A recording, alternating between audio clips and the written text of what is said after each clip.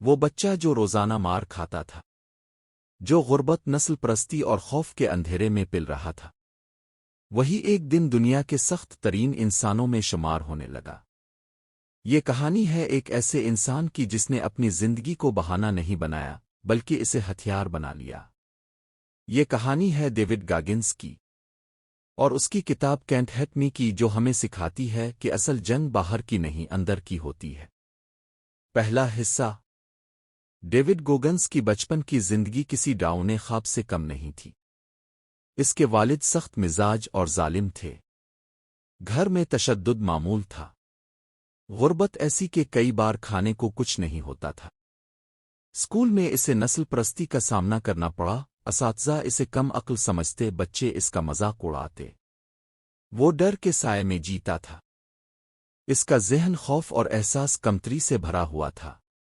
وہ پڑھائی میں کمزور تھا، خود پر یقین ختم ہو چکا تھا۔ مگر اسی اندھیرے میں ایک چنگاری پیدا ہوئی۔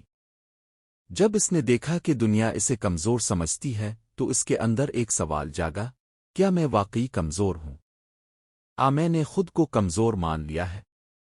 یہی وہ لمحہ تھا جہاں سے اس کی تبدیلی شروع ہوئی۔ گوگنز نے اپنی زندگی کے تلخ تجربات کو کوکی جار کہا، ایک ایسا ذہنی ڈبہ جس میں وہ اپنی ہر چھوٹی بڑی کامیابی کو محفوظ کرتا تھا۔ جب بھی زندگی مشکل ہوتی وہ اپنے ماضی کی کامیابیوں کو یاد کرتا اور خود کو یاد دلاتا کہ وہ پہلے بھی مشکل حالات جھیل چکا ہے۔ اس نے سیکھا کہ درد سے بھاگنا نہیں، اسے قبول کرنا ہے، کیونکہ درد ہی وہ راستہ ہے جو انسان کو مضبوط بناتا ہے۔ ایک وقت آیا جب وہ وزن میں بہت زیادہ تھا، سستی اور بے مقصد زندگی گزار رہا تھا۔ پھر اس نے فیصلہ کیا کہ وہ امریکی نیوی سیلز میں شامل ہوگا، مگر اس کا جسم اس قابل نہیں تھا۔ اس نے 3 مہینوں میں تقریباً 100 پاؤنڈ وزن کم کیا۔ یہ آسان نہیں تھا۔ ہر دن درد، تھکن اور ہار مان لینے کا دل چاہتا تھا، مگر اس نے خود سے وعدہ کیا تھا کہ اب وہ بہانے نہیں بنائے گا۔ یہاں سے کتاب کا سب سے طاقتور تصور سامنے آتا ہے، 40% رول۔ گوگنز کے مطابق جب ہمارا دماغ کہتا ہے کہ ہم تھک گئے ہیں، ہم دراصل اپنی صلاحیت کا صرف 40% استعمال کر چکے ہوتے ہیں۔ باقی 60% ابھی باقی ہوتا ہے۔ اصل جنگ اسی حد کو توڑنے کی ہے۔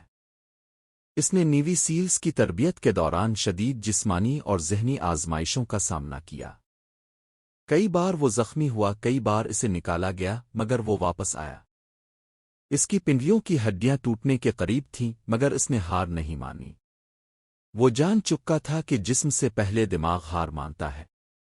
اگر دماغ کو قابو میں کر لیا جائے تو جسم پیچھے نہیں رہتا۔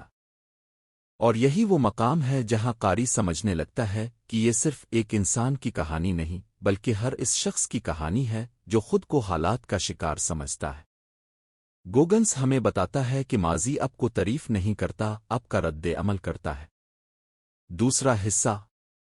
نیوی سیلز بن جانا گوگنز کے لیے اختتام نہیں تھا بلکہ ایک نئی شروعات تھی۔ اس نے خود کو مزید مشکل راستوں پر ڈال دیا۔ وہ الٹرا میراتھن دوڑنے لگا، ایسی ریسیں جن میں سینکڑوں میل کا فاصلہ طے کرنا ہوتا ہے، بغیر مناسب تیاری کے، بغیر آرام کے، صرف ایک مقصد کے ساتھ، اپنے ذہن کی حدوں کو توڑنا۔ ایک ریس کے دوران اس کے گردے فیل ہونے کے قریب تھے۔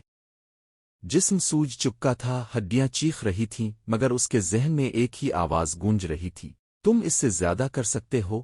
وہ خود کو بار بار اپنے کوکی جار کی یاد دلاتا۔ اسے یاد تھا کہ وہ کہاں سے آیا ہے۔ اگر وہ بچپن کی اذیت جھیل سکتا ہے تو یہ درد بھی جھیل سکتا ہے۔ گوگنز نے اکاؤنٹیبلٹی مرر کا تصور بھی پیش کیا۔ وہ روز آئینے کے سامنے کھڑا ہو کر اپنی کمزوریوں کا سامنا کرتا۔ وہ خود سے جھوٹ نہیں بولتا تھا۔ وہ اپنی خامیوں کو لکھتا اور انہیں ختم کرنے کا منصوبہ بناتا۔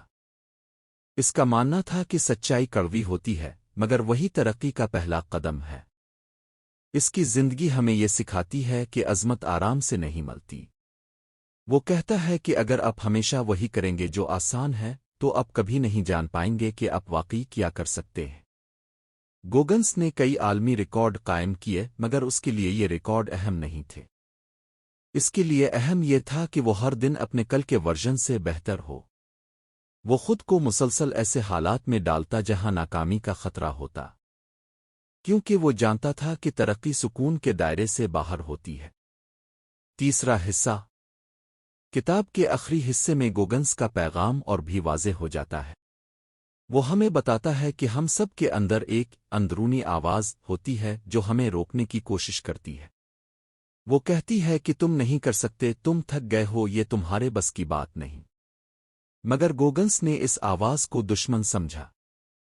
اس نے سیکھا کہ اس آواز کو چیلنج کرنا ہے، اسے غلط ثابت کرنا ہے۔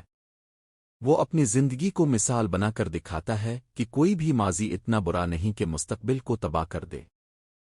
اس نے غربت، نسل پرستی، جسمانی کمزوری، تعلیمی ناکامی سب کو شکست دی، مگر اس کی سب سے بڑی فتح اپنے ذہن پر تھی۔ گوگنس کا فلسفہ سادہ مگر طاقتور ہے، اپنی حدوں کو قبول نہ کرو، انہیں توڑ دو۔ وہ ہمیں سکھاتا ہے کہ درد سے دوستی کر لو، کیونکہ درد ہی وہ استاد ہے جو آپ کو آپ کی اصل طاقت دکھاتا ہے۔ آخر میں وہ یہ پیغام دیتا ہے کہ زندگی کبھی آسان نہیں ہوگی، حالات ہمیشا مشکل رہیں گے، مگر سوال یہ نہیں کہ حالات کیسے ہیں، سوال یہ ہے کہ آپ ان کا سامنا کیسے کرتے ہیں۔ کینٹ ہیٹ می صرف ایک خود نوشت نہیں بلکہ ایک للکار ہے، ایک چیلنج ہے کہ آپ اپنے بہانوں کو چھوڑ دیں، اپنی کمزوریوں کا سامنا کریں اور اپنی اندرونی طاقت کو جگائیں۔ جب آپ یہ کہانی ختم کرتے ہیں تو آپ کے دل میں ایک آگ سی جلنے لگتی ہے۔ آپ کو محسوس ہوتا ہے کہ شاید اب بھی اپنی حدوں سے آگے جا سکتے ہیں، شاید اب بھی اپنے اندر چھپے اس 60% کو جگا سکتے ہیں۔